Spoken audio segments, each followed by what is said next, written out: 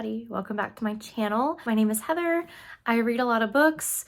This year I have read 75 books, and we're here to talk about some honorable mentions and the top 10 books of 2024. I'm not going to make the same mistake I made on my worst books of 2024, where I called it the worst books of 2025. So best books, I'm really excited about every single book I have to talk about because obviously they were my favorites. So we're just going to jump on in and we're going to start with 3 honorable mentions that were like real good. Chef's kiss. So technically, I guess we're talking about the top 13 books, but I didn't want to rank my honorable mentions. So the first one is The Spell Shop by Sarah Beth Durst.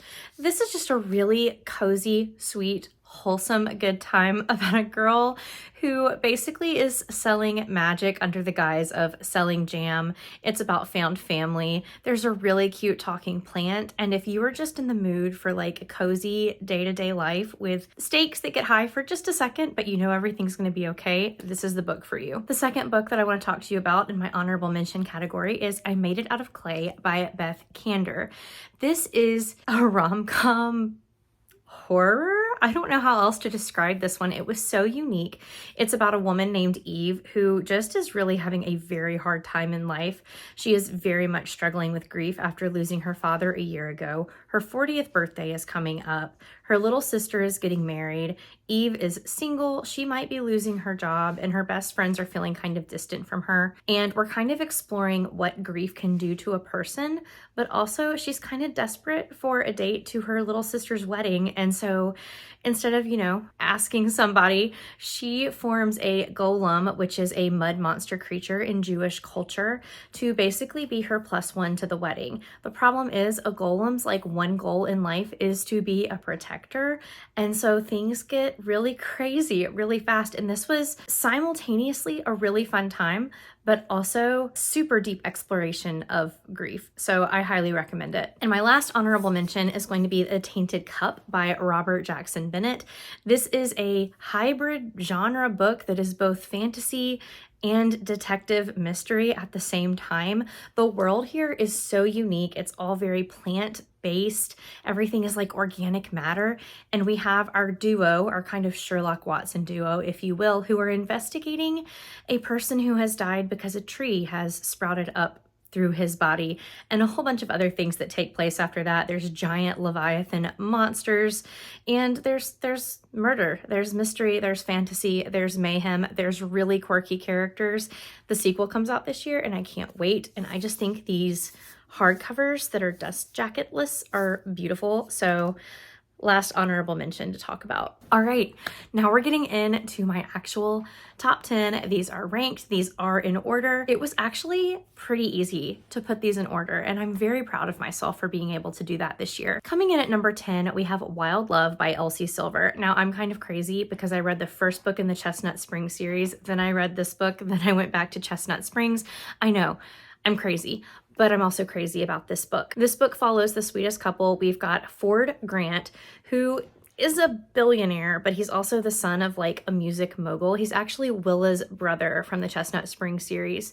And we're also following kind of the object of his teenage affection, Rosie, and their romance, but we're also following Ford learning that he is a father because in his earlier years, his father not wanting to just give him money whenever he asked for it, Ford went and donated some sperm, and that sperm eventually turned into a child, and this child is now down on her luck and comes to Ford and is like, hey, I'm your kid and you need to take care of me. So we've got a really sweet romance, but we also have this father-daughter bonding time, and just like the dynamics between all 3 of them were so sweet. It was very kind of day to day, and I enjoyed it from beginning to end. So number 10, Wild Love. Coming in at number 9, we have another romance. That is In the Weeds by B.K. Borison. This is the second book in the Lovelight Farm series, and my goodness, I loved this book. We are following Beckett, who is kind of the groundskeeper farmer at Lovelight Farms, and we're also following Evelyn, who is a social media quiet influencer who travels around and promotes small businesses to kind of help them out. These two had a one-night stand a long time ago, but she comes to Love Light Farms and they kind of rekindle their romance. But what I loved about this book is Beckett is a lot like me in real life. He is very quiet. He is very reserved. He likes to spend time by himself. And what I really loved is he struggles with auditory overstimulation, and that is something that as I have gotten older has gotten worse and worse and worse for me. And I just felt like that was written so well and I related to it so much, and I loved seeing how Evelyn kind of took care of him and was sensitive to those moments where she could tell that he was getting overstimulated and his brain just was shutting down. I could cry thinking about just how sweet this romance was. So I loved it. I love all of the books in the Love Light Farm series. I'm so excited for everything else BK Borison has to write. This was my number 9 pick. Coming in at number 8, we have Heartless Hunter by Kristen Cicerelli. I am more surprised than anybody that this ended up on my list because for the longest time I wasn't going to read it. And I wasn't going to read it because I accidentally got spoiled for something huge that happened at the end. But it was summer. I was at the pool. I needed something to read. This was on Kindle Unlimited, so I was like, what the heck? And then I could not put it down. This book has so many twists and turns. It is YA, but it's pretty dark. We're following this socialite who is actually a witch. And not only that, but she kind of is there to help protect and help witches escape the society that does not look kindly on witches. In fact, they hunt witches. And it's kind of this cat and mouse game between her and a witch hunter who is hunting this elusive person that helps all of these witches escape. He doesn't know it's her. There's also a love triangle that, dare I say, is done well. This book had me gasping. This book had me crying. This book had me laughing. I can't wait for the sequel. We don't have to wait too much longer for it because it comes out in February, and I, for one, could not be more excited. In 7th place, we probably have the weirdest book and the most out of my comfort zone book that ended up on this list, and that is Little Eve by Catriona Ward. This book, I don't even know how to start talking about it. This book takes place on a Scottish island, and we're following a family who we soon learn is really more of a cult and a tragedy that happened within this family on this teeny tiny Scottish island, and also how this cult and the influence they had on each other and the community that they live in had on some of the people in the little village outside. This book was dark, gritty, gruesome, confusing at times, but I loved every second of it. I loved how weird it was. It was my first Catriona Ward book, and it won't be my last. If you have suggestions of where to go next with Catriona Ward, please let me know. But I loved especially the atmosphere of this book. Something that I love in books is creepy coast vibes. And when you stick me on a Scottish island with a family cult, that's creepy coast vibes. So 100% needed to make my top 10. Also, the writing was stunning. In 6th place, we have the first book that I finished in 2024. You cannot finish Kingdom of Ash in a year and not have it end up on your favorites of the year list. I was reading this. I was wearing my Apple Watch. I was at a certain scene where a certain duo of characters are riding horses and there are some really high stakes, and my heart rate on my watch actually was like, hey, are you okay? Because I was that anxious for these characters. When you talk about an epic conclusion to a series, Sarah J. Maas did it right in Throne of Glass. The way everybody's stories wrapped up in this book, the way that the overarching arc of everything that she laid out got wrapped up so cleanly, the implications it has for other works. I mean, just sitting here thinking about Aelin and Adian and Lysandra and Blink, I can't. There was no way that this wasn't going to make it on my top 10 of the year, and it just happens to be the first one that I read in 2024. What a way to start the year, and what a way to end the year by talking about this book. If you know, you know. And number 5, Elsie Silver is going to be the lucky author who ends up on this list twice. I am putting Heartless in my top 10 of the year. I made fun of Chestnut Springs for so long. I was like, I'm never gonna read that. It's just silly cowboy romance. Oh, it's so much more than silly cowboy romance. I mean, don't get me wrong. It is yeehaw. It is cowboy romance. But Elsie Silver just makes you fall in love with her characters. This is Cade, the oldest of the Eaton brothers, and Willa, who is Ford's sister from the book I talked about earlier. It's their love story. Cade needs a nanny because he's working so hard at the ranch and he's single parenting and he just can't do it all himself. Enter Willa. She's a lot younger than Cade. Their dynamic is just perfection. And not only that, but we also have the kid, because it's, you know, she's the nanny to the kid and it's Cade's kid. And oh my gosh, it's so cute. This book was sweet. This book was sexy. There was horseback riding in this book, which I love. Willa is a show jumper, which is what I grew up doing. So I loved getting just a couple little glimpses into that aspect of her life. Willa is a firecracker. Like, I loved how spunky she was. I loved reading about a character who was just so unabashedly herself and did not change who she was, how she spoke, the life that she lived because of a man she was trying to impress. A man she was trying to impress both as his employee, but also like once she was like, you know, I actually have feelings for this guy, she didn't change for him. And he fell in love with her for who she was. Oh, I loved it. I can't wait to finish this series. All right, number 4. There was a portion of this year where I thought that this would be my favorite book of the year, and the fact that it has moved to number 4 means that my top 3 books were really good. But in number 4, we have Just for the Summer by Abby Jimenez. I tabbed this book up. I didn't just annotate it, I journaled as I read this book because this book echoed so many aspects of my own life. Like, I'm not gonna cry, but I could cry thinking about Justin and Emma's romance. This book starts out so like silly and meet cutie, and it's just going to be a silly little romance book because Justin and Emma find out that they both like are the reason that their exes go on to find lifelong love. Basically, when one of them gets dumped, the next person that their ex goes to is the person that they end up with forever. And so they're like, does anybody else have this problem on Reddit? And they end up finding each other. Emma is a travel nurse, so she's never really in one spot for a long time. Justin has his own set of problems with his family. Emma has her own set of problems with her family. She's got mommy issues. A lot of them, the way that they took care of each other through the family trauma that they were going through, the way that Justin didn't give up on Emma because she is somebody who, when things get good, she wants to run away. As I was reading this, Taylor Swift song, The Bolter, just like played on repeat in my head. This book was so good. Were there some silly moments? Yes, Abby Jimenez likes to make you laugh and smile so that she can sneak up on you and break your heartstrings, like just snap them the next moment. I loved this book so much. All right, we are moving into the top 3, and I'm here to tell you that the top 3 are all fantasy books. True to my heart, true to my roots. In third place, we have a book I finished today. I can't believe it. This is why you don't film your best of 2024 until you have read the last of your books that you need to read. And so in third place, we have Blood Over Brighthaven by M.L. Wong. You can just see like how I'm feeling about this book on my face, having just finished it today. Like, I am still reeling from everything that took place in this book. What's it about? What is this book even about?